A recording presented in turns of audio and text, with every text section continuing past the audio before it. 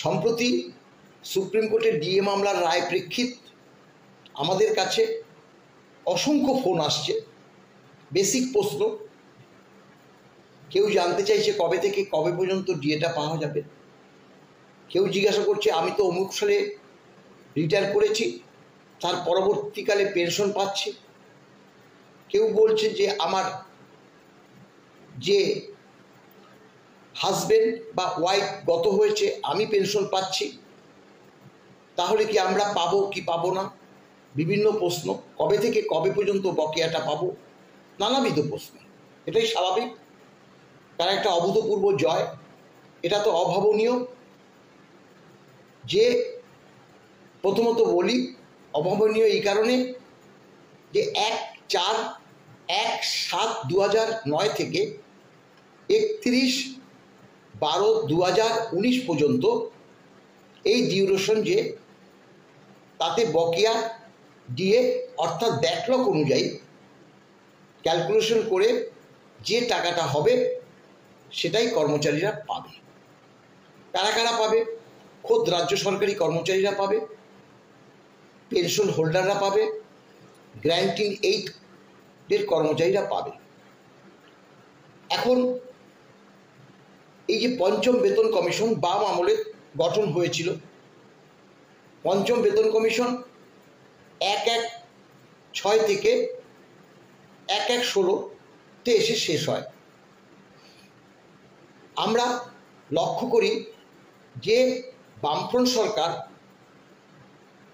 1/7/2006 থেকে ডিএ প্রদান করেনি বটে, কিন্তু তারা 1/4/2008 থেকে 31/3/2009 পর্যন্ত 12% ডিএ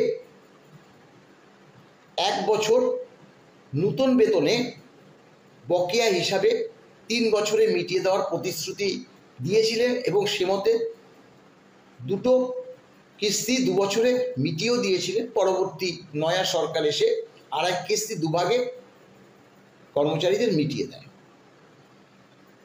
এবং বামফ্রন্ট সরকার তখন বলেছিল এই যে 12% ডিএর পরবর্তী 1/4/9 আরও 4% ডিএ যোগে কর্মচারীরা নয়া বেতন হাতে পাবে এবং সেটা আমরা সত্যি সত্যি পেয়েছিলাম। এবং এটা যে বলছি এটা কিন্তু রোপাতে একদম লিপিবদ্ধ করা ছিল। রোপা 9 নাম্বার 1690F ডেটেড 23/2/2009, সেখানে বলা ছিল the government employees DA entitled of the period from 1/4/2008 থেকে 31/3/2009, অর্থাৎ এই যে পিরিয়ডটা, সেই পিরিয়ডটা 1 বছর, সেই 1 বছরের ডিএটা যেটা আমি বললাম এরিয়ার হিসাবে দেবে। পরবর্তী 1/4/2009 আরও 4% যোগে অর্থাৎ 16% যোগে নয়া বেতন লাগু হবে এবং সেটাই হয়েছিল।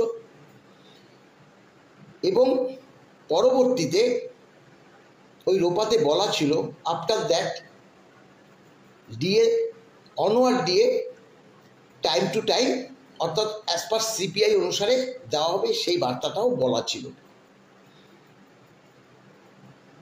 কিন্তু আমরা দেখলাম যে 1/4 পরে যে ডিএটা হবে, সাধারণভাবে ডিএ হয় 1 জানুয়ারি 1 জুলাই, তাই 1 জুলাই যে ডিএটা হওয়ার কথা ছিল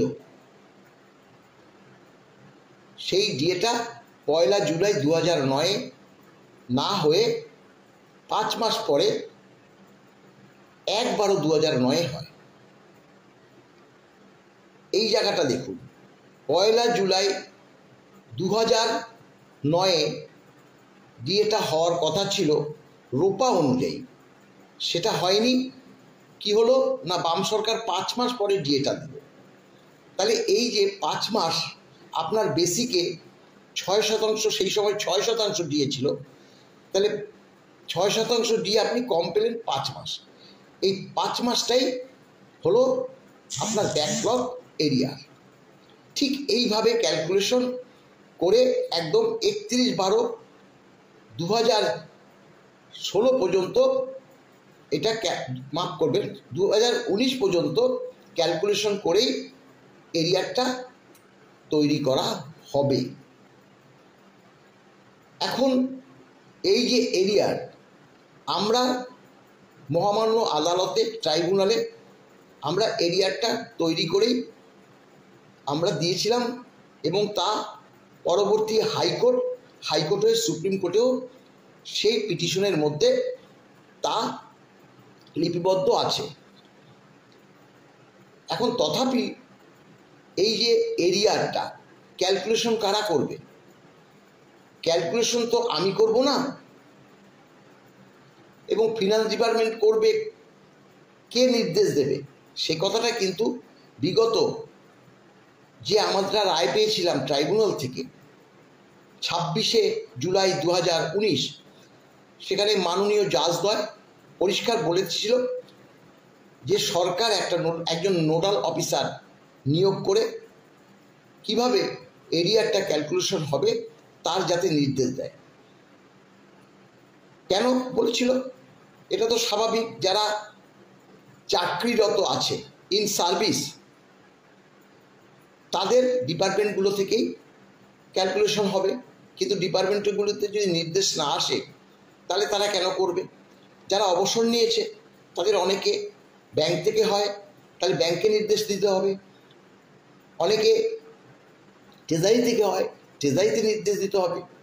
এজি বেঙ্গলে অনেকের সার্ভিস বুক পড়ে আছে, সেই ব্যাপারেও নির্দেশ দিতে হবে। সেই কারণে নোডাল অফিসার নিয়োগ করার কথা বলেছিল। আমি ক্যালকুলেশন করে দিলাম বা কোনো ইউটিউবার ক্যালকুলেশন করে দিল, সেইভাবে তো ডিএ হবে না। তবে একথাটা আমরা জোর দিয়ে বলতে পারি যে 1/7/2009 থেকে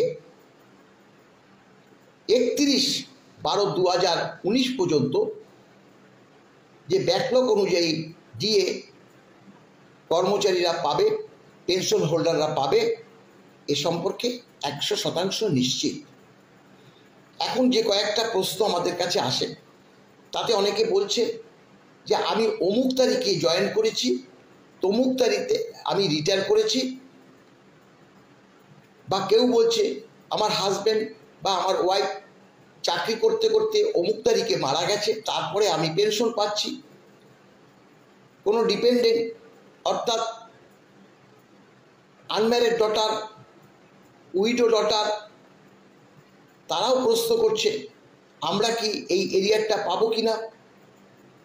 সেক্ষেত্রে বলি যে ধরুন 1/7/2009 চাকরিরত আছে এবং 31/12/2019 সেই সময় পর্যন্ত চাকরিরত আছে, এখানে তো কোনো অসুবিধা নেই।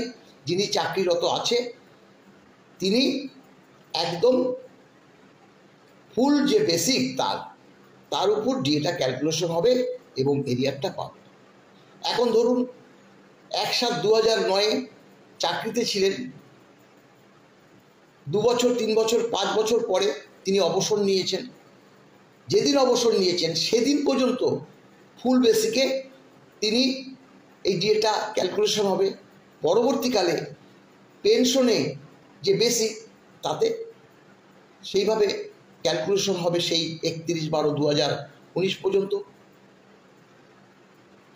পেনশন হোল্ডাররা সম্পূর্ণ যদি ধরুন 1/7/2009 আগেই তিনি রিটায়ার করে গেছেন, অনেকে ভাবে আমি তো 2000 সালে রিটায়ার করে গেছি, কেউ যদি বলে আমি তো 98 সালে রিটায়ার করেছি, এখনও তিনি হয়তো জীবিতই আছে, তারা ভাবছে যে আমরা কি পাবো না? নিশ্চয়ই পাবেন, আপনারাও পাবেন। তখন আপনারা যেহেতু অবসর নিয়েছেন তাই অবসরকালীন যে বেসিক, সেই অবসরকালীন বেসিকের যে ডিএটা, সেটাকে ডিএ না বললেও আমরা সাধারণত ডিএ কথায় উঠে আসে, ডিয়ারনেস রিলিফ বলে, ডিআর। সেই ডিআর মানে ডিআর ক্যালকুলেশন করে তার ডিএটা হবে। একদম সোজা প্রশ্ন। আর একটা প্রশ্ন আসে যে আমার বাবা চাকরি করতো, বাবা রিটায়ার করেছে, পেনশন পেত, মা তার আগেই মারা গেছে, পরবর্তীকালে বাবা পেনশন পেতে পেতে মারা গেছে। তাহলে এই যে এরিয়ারটা, সেই এরিয়ারটা কি আমি বা আমরা অর্থাৎ সন্তান সন্ততিরা প্রশ্ন করছে পাবো না? দেখুন, এখানে একটা আইনগত ব্যাপার আছে। আপনারা তো ডিপেন্ডেন্ট না। আপনারা তো যদি সেখানে কোনো আনম্যারিড ডটার থাকতো, উইডো ডটার থাকতো, আন্ডার এজের কোনো মানে পুত্র বা কন্যা থাকতো, তারা সহজেই পেয়ে যেত। এখানে যেহেতু আপনারা ডিপেন্ডেন্ট নয়, কিন্তু আপনারা লিগাল হেয়ার, অতএব আপনারা প্রাপ্য, কিন্তু সেটা আইন মাফিক আপনাকে প্রমাণ করতে হবে। সাকসেশন সার্টিফিকেটের ব্যাপার আছে, কোর্টের ব্যাপার আছে, সেটা এই মুহূর্তে পরিষ্কারভাবে আমাদের পক্ষে বলা সম্ভব নয়। এখন ব্যাকলগটা কিভাবে ক্যালকুলেশন হবে সেটা অবশ্যই আমি এই আজকেই একটা ভিডিওর মাধ্যমে জানিয়ে দেওয়ার চেষ্টা করব। এইটুকু প্রশ্নগুলোই আসে সাধারণত, তাই এইটুক বার্তা আমি আজ দিয়ে রাখলাম। ক্যালকুলেশন আমরা করেছি, খুব সহজ ভাষায় করেছি, কিভাবে আপনারা নিজেরাই তৈরি করে নিতে পারবেন এবং এটা আমাদের মনে হয় অথেন্টিক। অতএব এটার জন্য আপনারা একটু ধৈর্য ধরুন, অবশ্যই পেয়ে যাবেন। ভালো থাকবেন। নমস্কার।